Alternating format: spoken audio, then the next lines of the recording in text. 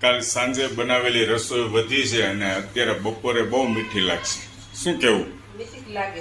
કાલે સાંજે બનાવેલી રસોઈ ફેંકી તો દેવાય નહીં. હે? કોઈ નો પેટે.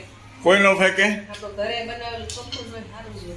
ઘણા ભાઈબંધ મિત્રો કે એવો કોમેન્ટ કરશે કે અતુલ કુમાર કાલનું હાંજનું રાંધેલું અત્યારે બપોરે જમો છો, પણ જે છે એ સત્ય બતાવ્યું છે દોસ્તો. અમે તો ખાઈએ છીએ, તમે ખાઓ છો કે નહીં કોમેન્ટ કરજો. મારા વાઈફ કહે છે બધા ખાય એમ, બરાબર છે. અને બહુ મીઠી લાગે, ટેસ્ટી થઈ જાય. જો અત્યારે ખાલી ગરમ કરવાની રહે. ભાજી છે, કાલે તો પાવ સાથે આનંદ લીધો તો પાવભાજી, અને અત્યારે રોટલી સાથે આનંદ લઈએ. શું કહો છો બોલો? બાર હોટલમાં જઈ જમવા, હા, એટલે કે તાજે તાજું ગ્રેવી કેટલા ટાઈમથી બનાવી રાખતા હોય.